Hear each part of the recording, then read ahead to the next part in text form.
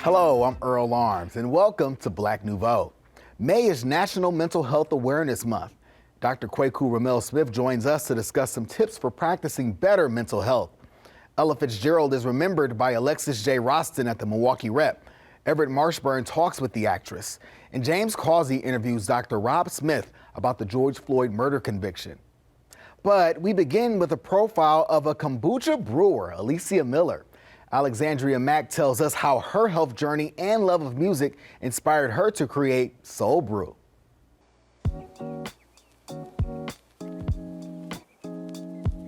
Soul Brew was born pretty much out of me wanting to love myself and then wanting to love other people.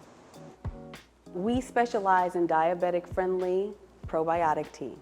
Our goal is to create culture for better health. So we want to promote healthy living, healthy lifestyle, and we want to give you a delicious way to enjoy your life. I found out that as a mom and as a teacher and as an entertainer, a lot of times we put ourselves last, and I wasn't taking care of myself. I have been teaching music for over 20 years, and one visit to the doctor's office really just changed my life. I found out that I was pre-diabetic, and I found out that my acid reflux was so bad that I would end up having to have surgery for nodules. I boast that our scobies are and our kombucha is so healthy that even in its environment, it continues to just live.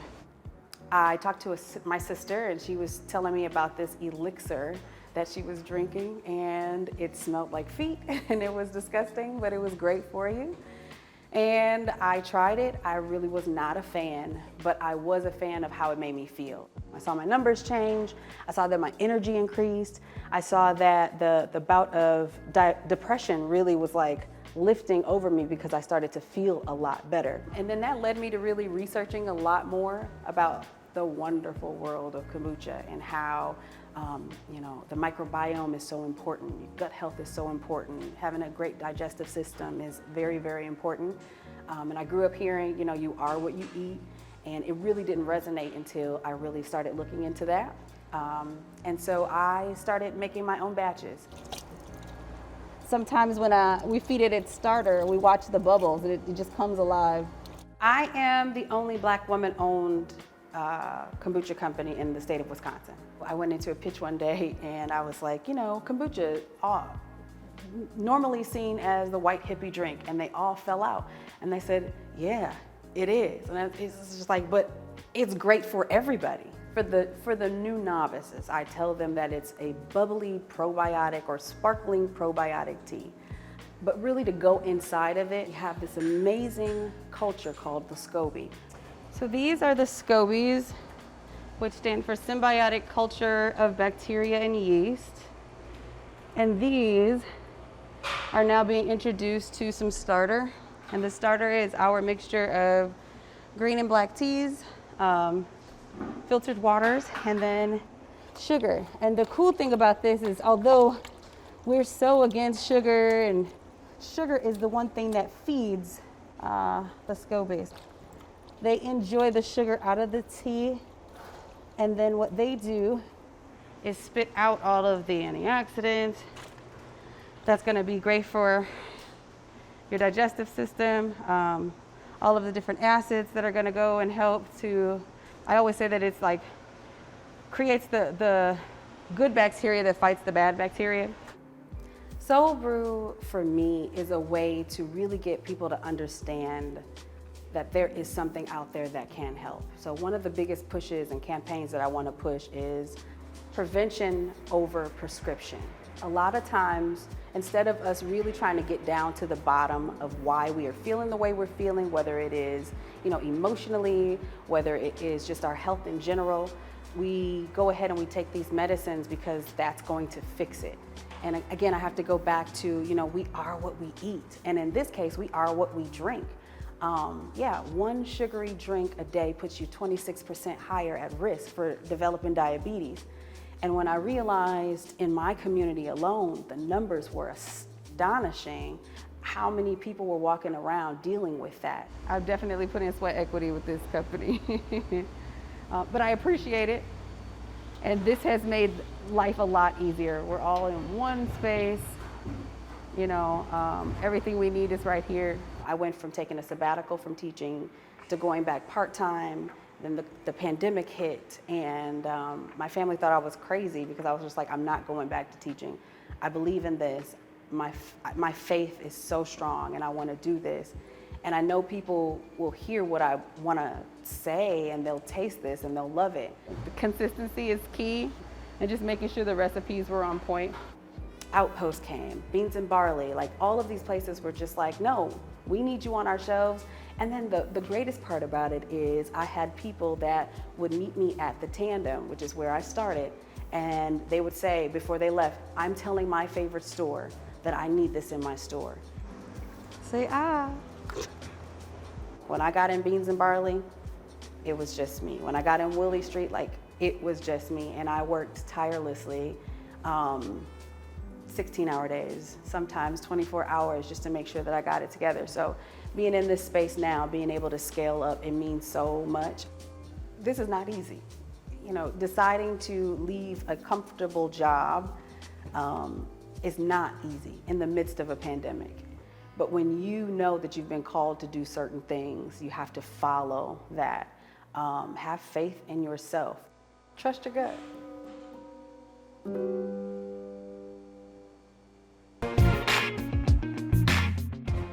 Now that former Minneapolis police officer Derek Chauvin has been found guilty in the killing of George Floyd, what's next?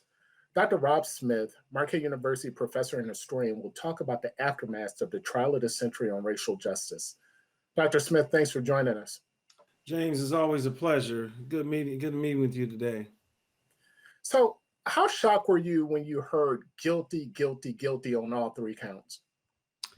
This is a very important case for us to think about and talk about.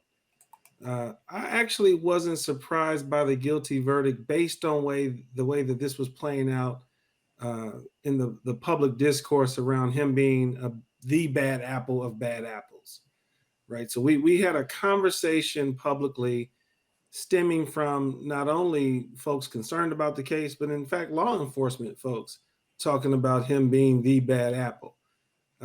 So I wasn't surprised as much by the outcomes of the case. We still have to think about and wait for sentencing because that's very critical as well.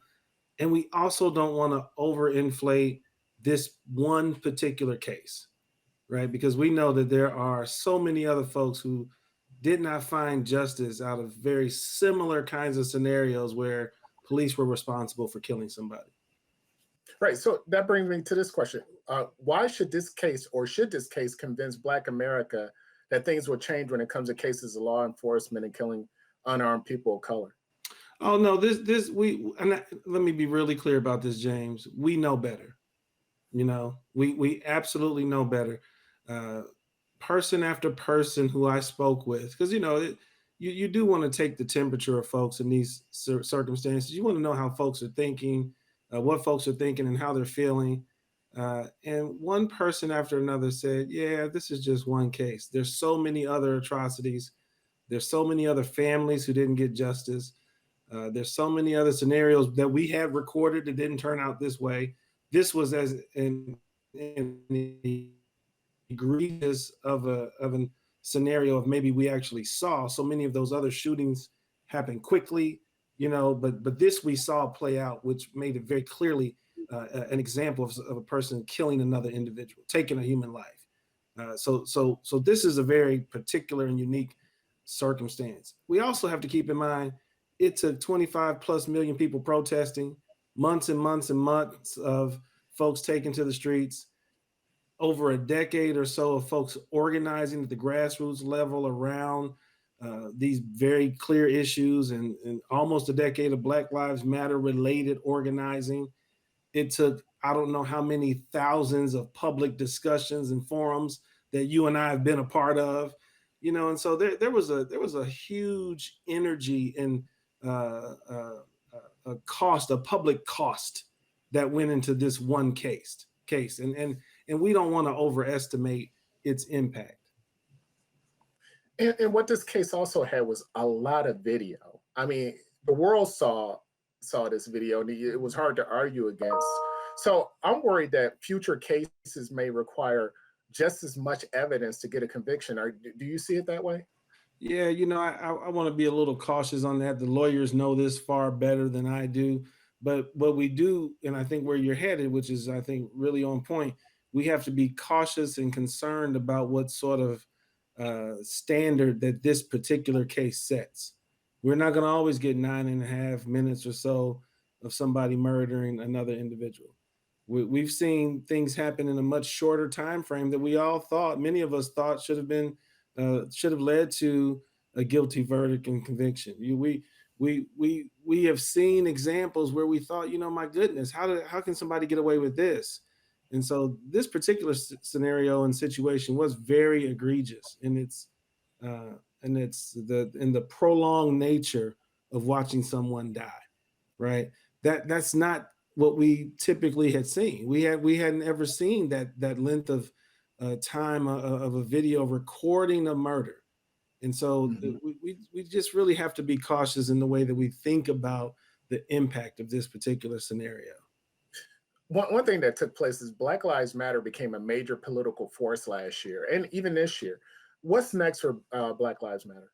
Oh, these folks across the country, the various ways that we see grassroots mobilization around Black Lives Matter, the movement for Black Lives.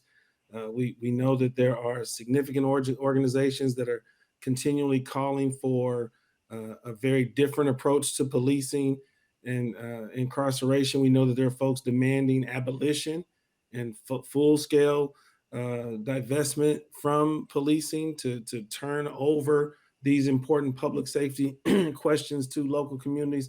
We're going to see more of that. I think we're going to see more people engaging in the political process. I think you're going to see more and more elected officials held accountable.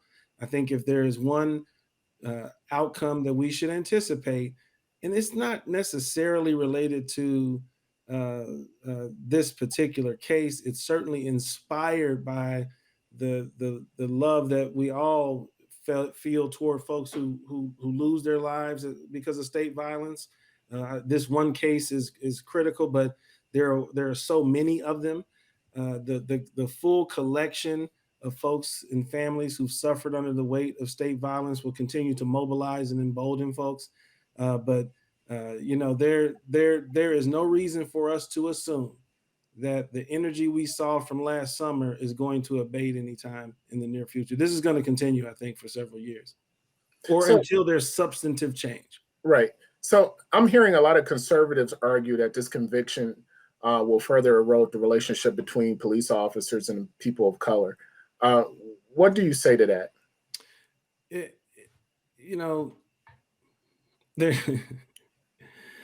I don't know how much more strained the relationship between police officers and the Black community can get. Any conservative, so-called elected official, Republican, whatever, who doesn't already know that, I got to question that person's expertise or knowledge of the circumstances. The relationship between the Black community and police broadly has been fractured for decades, for quite honestly, well over a century. If we go back to the immediate post-abolition moment, this is a long-standing set of social political realities that have to be addressed.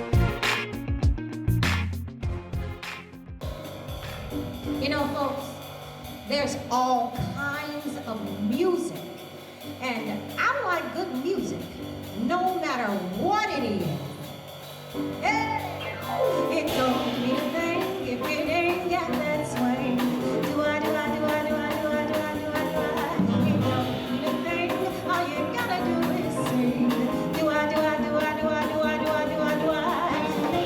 Alexis J Rosen swings and sings in her tribute to the late Ella Fitzgerald.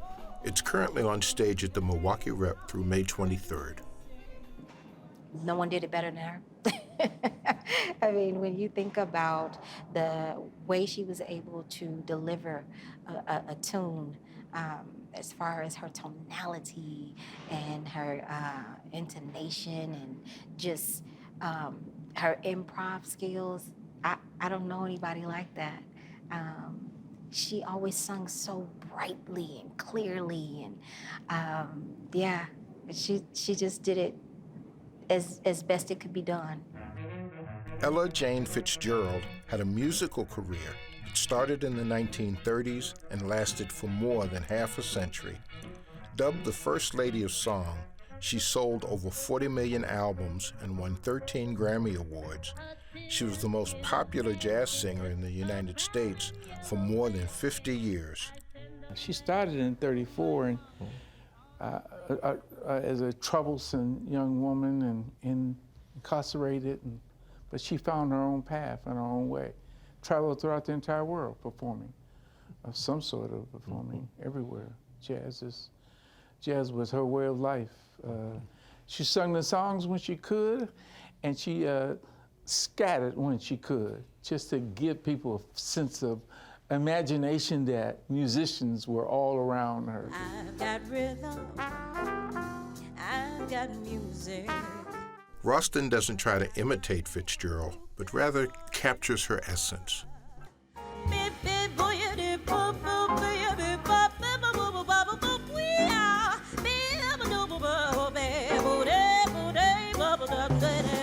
I've got rhythm, I've got music. My dad played trumpet when he was in the Air Force, and I guess that kind of fused him with jazz music. And when I was growing up, that's all we listened to was jazz on jazz on jazz. So I was introduced to Ella as a kid, as a baby, you know, and I would just be around the house singing, not just Ella, of course, but, you know, all kinds of jazz, I guess jazz licks, whether I knew the lyrics or not. It's very clear, our love is here to stay, not for a year, but ever and a day. She hopes the concert eases the pain of the challenges of the past year. I want the audience to just be happy. We have had a heck of a year, plus, and I want the audience to be able to suspend it all for an hour and a half and sit in a space full of love, life, and liberty, and be pleased and walk away smiling and blessed. One of these mornings, you're gonna rise up singing. Then you spread your wings and you take the sky. But till that morning, nothing can harm you. With Daddy and Mammy standing by. Summertime, and the living is easy. May is National Mental Health Awareness Month, and we're so privileged to be joined by psychologist Dr. Kweku Ramel Smith to give us some tips for practicing good mental health. Now, Dr. Smith, good to see you. What are some of the challenges you've seen with mental health, specifically dealing with COVID this day and age? Yeah, it's a tough one because when we look at mental health, we see everything is on the rise. So whether it's depression, whether it's anxiety, and then what you see is when you add on something like a pandemic, specifically with COVID, now these things are exacerbated. So we saw that suicide was on the rise already from 1999 to 2019. The ironic part is in 2019, it was a slight decrease, but when the pandemic came, boom, those numbers went up. And sometimes you don't even see it in something as drastic as suicide, but we see it in the subtle things as depression. We see it in the subtle things of anxiety. We see it manifest manifested in people's everyday behavior. I tell people, if you believe that COVID has not affected your life, then that's part of the problem, because we all have had our lives changed upside down. So to think we're going to be exactly the same as we are is a mistake. What about some of the problems you've seen specifically within the Black community as it deals with COVID and as it really deals with mental health specifically? Yeah, well, you know, all of the things that we just stated, again, it's exacerbated on a higher level for our community. We understand that when there's depression overall, it's exacerbated for the Black community. So you say, what are the other things we're seeing? Because mental health is still so taboo, it's still so undiagnosed, we look at mental health in ways in which it's not normally categorized. So we say, how does it manifest in aberrant behavior within our community? So when we see the Herculean effort done by OVEE, and you see a sharp decrease in violence and homicides for the previous 3 years, and then in 2020, and even the current numbers in 2021, we see an increase in violence and homicides and gun shooting. These are the ways that mental health is manifesting itself in an undiagnosed way. You mentioned the homicides. We see the news, not a lot of good news happening. Is there a healthy way to process this, or what are some ways that we can take in this information while maintaining our mental health? Yeah, you know, to ask yourself, is there a healthy way to do that? Saying, like, is there a healthy way to hit my head against the wall? And the answer is absolutely no. Because what happens is if you hit your head against the wall, we can know that, hey, that's going to cause a concussion. But when you start to get these emotional hits, you know, bad news after bad news, this kind of vicarious trauma, this community trauma, it creates what we call an emotional concussion. And once you have multiple emotional concussions, what it does is it then takes away our behavior. And just as you see a person with early onset dementia within the football community, we talk about CTE, we see like some of the behavior, violent behavior that's out of their characteristics. We see the same thing within our community. So you say, what's the main thing we can do to help? We have to try to remove ourselves from that and put ourselves into positive situations, which is also going simultaneously on in the community. Maybe easier for adults, but what about children that may be dealing with some mental health issues or challenges? How do you talk to them, or how do they get through some of the challenges that may come with some of the mental health issues that we see? The best thing for the children is going to be their environment. So we start to look at whether it's in school, whether it's in the community, or whether it's at home. But what they have to have is an abundance of love, an abundance of explanation, an abundance of patience, to be able to, for people to understand that these children don't understand exactly what's going on. The things that we can say, oh, wow, this is a change in our world. This is their new norm. And so when you have a child doing that, they have to have somebody explain to them, what can we do, what can't we do? And what we have to do is be prepared to reteach them some of the things that we thought that they already knew. When it comes to children and when it comes to adults, how do you keep your ground or keep a level head, so to speak, when trying to deal with mental health or some of the issues that we've seen? Yeah, so real quickly, anxiety is when you have like a fear of the of the future. Your depression is when you have a fear of what's happened in the past and those things come. So what we like to do is to try to live in the moment of now. So when we talk about grounding ourselves, there's no better word than love. To put yourself around love, where you're feeling great, where you're feeling company. What's a great way to do that that's cost effective? It's nature. To go outside, to feel the air, to feel the breeze, put your feet down into the ground. There's a real quick technique that we have called grounding that we have people do early in the morning, called 5, 4, 3, 2, 1. And what you do is you want to, first of all, look at 5 things that you see, 4 things, feel 4 things, then smell 3 things, touch 2 things, and then taste 1 thing, and that 1 thing should be water. Why? Because while you're doing that, you're acclimating yourself that I have control over what I'm doing. I'm regulating my body temperature, and that goes into breathing. So if we have that healthy breathing, that healthy thing that we have some agency and control, that helps us to deal with some of the uncertainty of the world today. You mentioned the morning. What about throughout the day if we catch ourselves either being triggered or we see something that may have a negative effect on us or our mental health? What can we do throughout the day to address that? Now that's beautiful, because what you want to do is say this has to be ongoing. So it's so many different tricks that we can do. Some of the things is to reach out to somebody who we love, to talk to somebody, say, I love you, to do a good deed for someone, to then again, take a moment just to breathe. I sometimes have people just to focus on somebody who they love and call them and let them know that I was thinking of you. And that creates a reciprocal effect, not only for the person who reaches out, but the person who received that call out of the blue, to be reminded out of nowhere that they are thought about, they are cared about, they are loved.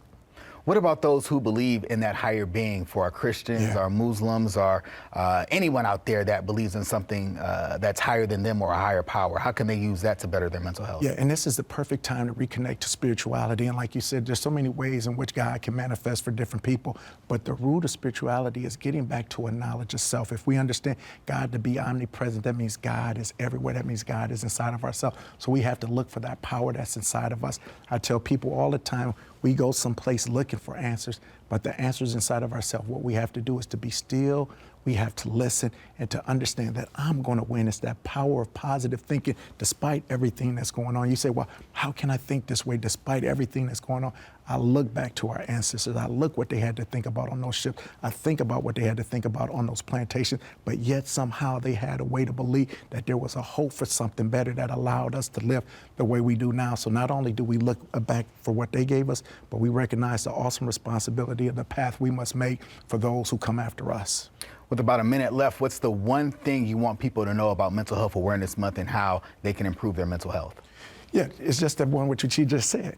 You can improve your mental health. It's all about what do we believe. So if you need to go talk to someone, guess what? It's okay to talk to somebody. In fact, what you want to do is to go out and look. There's many things, if you look on the Mary Ellen Strong Foundation, a list of Black clinicians within Milwaukee where you say, wow, somebody who looks like me, who talks like me. But there's also those non-traditional things. So you say, hey, let me start to get a new hobby. It's starting to get warm. So let's build that garden. So not only am I working with my hands, smelling these beautiful flowers, eating food that's healthy, that's coming out of my garden, it gives me that control also.